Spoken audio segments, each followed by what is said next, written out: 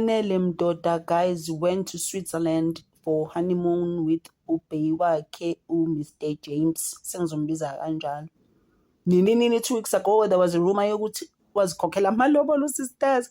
I'm just like, whatever. Ukenza into ayifuna yabuka imali imenzelani manje? Look at money. Ukuthi menzelani? She's in Switzerland. Apparently she told umuntu wakhe ukuthi, listen babe,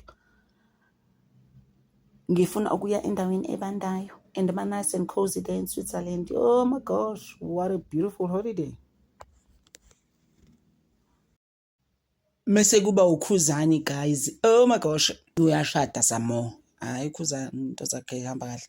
For instance, uthi sethole at least 15 cows. Kusho ukuthi by the time eshado bese sethole engaka. And those are just gifts, eh? People are just giving him. Bathi bamba ndoda nansi inkomo siyakupha.